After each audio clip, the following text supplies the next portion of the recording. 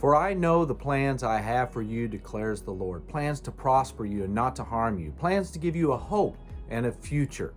Jeremiah 29:11 has got to be one of the most beloved verses in the Bible. It's one that many Christians memorize and that they go to and claim in their own lives. But the real question is are we claiming that in our own lives to get God on our side to fulfill our plans? Or do we truly want God's plan for our life? And the context is the key. Context is everything. In fact, right before that verse, what Jeremiah writes to the people who are captive in Babylon is he writes to them and says, "For thus says the Lord, after 70 years are completed at Babylon, I will visit you and perform my good word toward you and cause you to return to this place, which is Jerusalem." In other words, what Jeremiah was writing to him, what God was communicating to his people is, hey, don't worry about it. Yes, you're captive in Babylon, and you're going to be there for 70 years. I'm not going to change your circumstances for 70 years. His plan was bigger than the moment or even a generation. His encouragement was in the fact that he knew their plight, understood it, and it was all part of his plan to restore his people. The same idea is communicated by Paul in Philippians 4:11-13.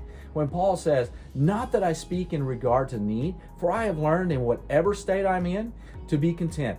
I know how to be abased and I know how to abound. Everywhere and in all things I have learned both to be full and hungry, both to abound and to suffer need. But I can do all things through Christ who strengthens me." So do we not matter to God? Does our suffering, hardship, need, pain, and heartache not matter to Him? Absolutely it matters to God. God cares intently for you. In fact, in 1 Peter chapter 5, verse 6-7, it says, "Therefore humble yourselves under the mighty hand of God, that He may exalt you in due time, casting all your care upon Him, for He cares for you." God cares for you. His care plan, though, is an eternal care plan.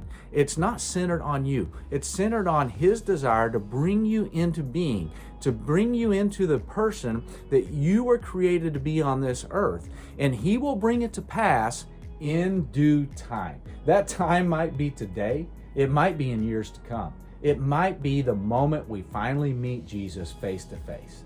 In the end, however, His plan for your life will come to be.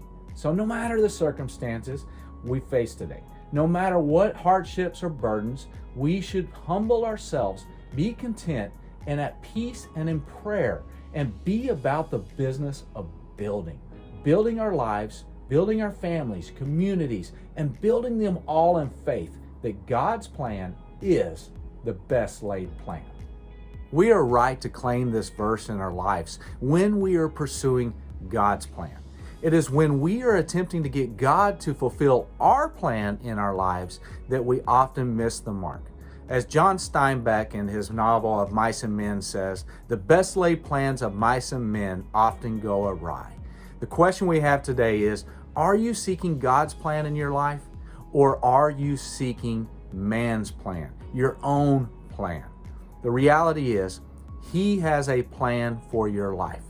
You need to trust, believe, and build. Be about the business of building, and rest assured that He will fulfill His plan in due time.